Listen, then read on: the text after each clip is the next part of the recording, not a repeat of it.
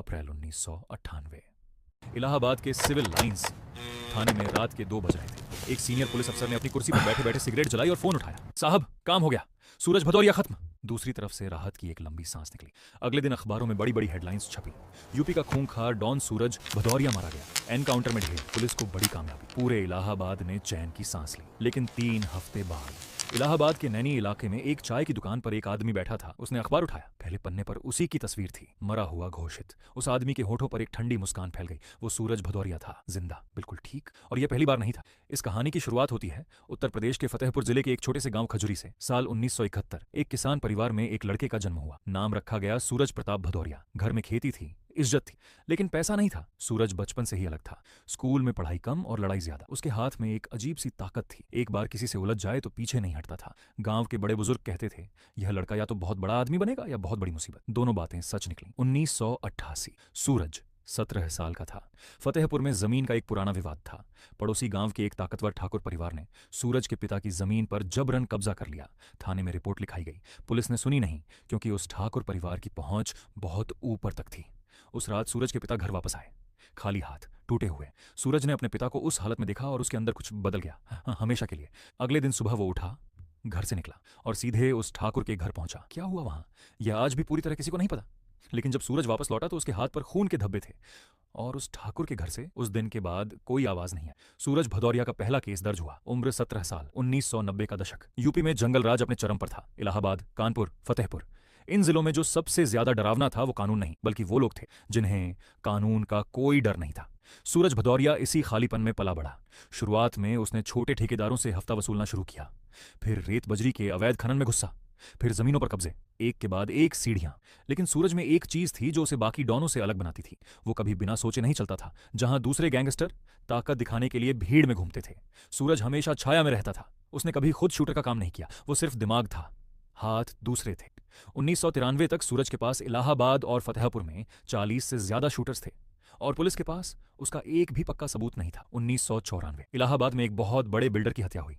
दिन दहाड़े भरे बाजार में। पुलिस को पता था कि यह काम सूरज का है, लेकिन गवाह एक भी नहीं। जिसने देखा उसने नहीं देखा, जिसने सुना उसने नहीं सुना। यही सूरज भदौरिया का सबसे बड़ा हथियार था, खौफ। उस दौर में इलाहाबाद में एक कहावत चलती थी, सूरज से दुश्मनी करो तो अंधेरा तुम्हारा पीछा करता है। इसी दौरान सूरज की मुलाकात एक बड़े नेता से हुई। नाम लेना यहां मुनासिब नहीं, लेकिन उस नेता ने सूरज में एक काम का औजार देखा। चुनाव जिताना, बूथ कैप्चरिंग, विरोधियों को डराना। सूरज ने भी इस डील में अपना फायदा देखा। अगर राजनीतिक छतरी मिल जाए तो पुलिस की हिम्मत नहीं होती हाथ लगाने की। एक खतरनाक गठजोड़ बन गया। 1996।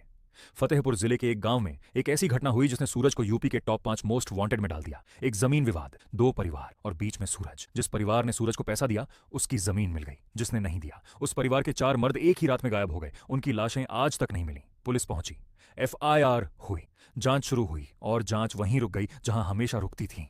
किसी गवाह ने मुंह नहीं खोला। लेकिन इस घटना के बाद STF, special task force, UP ने सूरज भदौरिया को अपनी प्रायोरिटी लिस्ट में डाल दिया।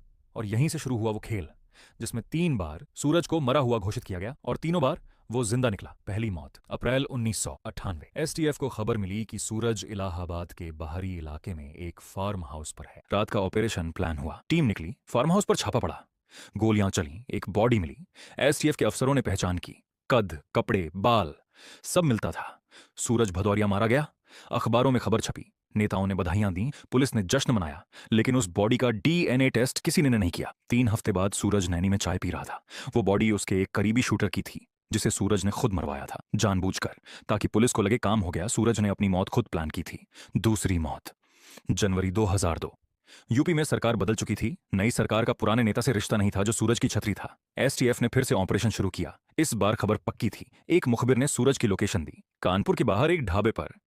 STF की टीम पहुंची, मुठभेड़ हुई, एक आदमी मारा गया। जब लाश पलटाई गई तो चेहरा सूरज जैसा था।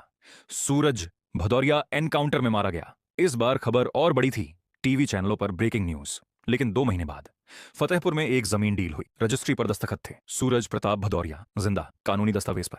इस बार जो मरा था वो एक बेरोजगार लड़का था, जिसे सूरज ने पैसे देकर अपना हमशक्ल बनाया था। चेहरे पर दाग, वही बाल, वही कद, और उसे समझाया था कि बस STF के सामने भागना है, गोली नहीं लगेगी। गोली लगी। इन दोनों मौतों के बाद सूरज भदौरिया एक लेजेंड बन चुका था। यूपी के गांवों में लोग कहते थे, सूरज को गोली नहीं लगती, वो मरता नहीं। कुछ लोगों ने तो उसे अवतार कहना शुरू कर दिया। यह खौफ उसकी सबसे बड़ी ताकत। लेकिन इसी दौरान STF में एक नया अफसर आया।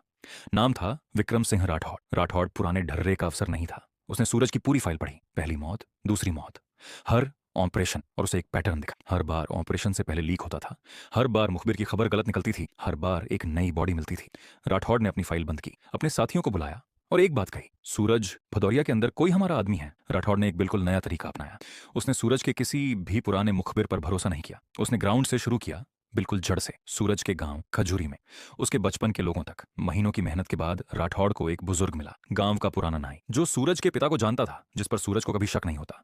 उस नाई ने बताया, साहब, सूरज हर साल एक बार चुपचाप गांव आता है अपनी मां से मिलने। राठौड़ के हाथ में एक धागा आ गया था। तीसरी मौत, नवंबर 2004। इस बार खबर एसटीएफ के बाहर किसी को नहीं थी। राठौड़ ने खुद सिर्फ 4 अफसरों को ऑपरेशन में रखा। सूरज की मां के घर के आसपास प्लेन क्लॉथ्स में निगरानी शुरू हुई। 7 दिन, 8वें दिन रात के अंधेरे में एक साया उस घर की तरफ बढ़ा, दबे पांव, बिना आवाज। राठौड़ की टीम ने घेरा डाला। इस बार कोई लीक नहीं हुई, इस बार कोई हमशक्ल नहीं था, इस बार सूरज भदौरिया के पास भागने का रास्ता नहीं था। जब टीम ने उसे घेरा और टॉर्च की रोशनी उसके चेहरे पर पड़ी तो राठौड़ ने एक पल के लिए उसकी आंखों में देखा। उन आंखों में डर नहीं था, हैरानी थी। पहली बार किसी ने उसे सच में पकड़ लिया था। सूरज भदौरिया ने धीरे धीरे अपने दोनों हाथ ऊपर किए और पहली बार उसके मुंह से एक शब्द निकला, कैसे? राठौड़ ने जवाब नहीं दिया, उसने बस हथकड़ी निकाली और सूरज भदौरिया की कलाइयों पर बंद कर दी। गिरफ्तारी के बाद जो पूछताछ हुई उसने एसटीएफ के होश उड़ा दिए। सूरज ने बताया कि उसके पास हर बड़े ऑपरेशन की जानकारी पहले आ जाती थी। एसटीएफ के अंदर 3 लोग उसके पैरोल पर थे, एक कांस्टेबल, एक सब इंस्पेक्टर और एक पर्सन जो डेटा एंट्री करता था। बस इतने से लोगों ने सालों तक पूरे सिस्टम को धोखा दिया। दोनों नकली एनकाउंटर सूरज ने खुद प्लान किए थे।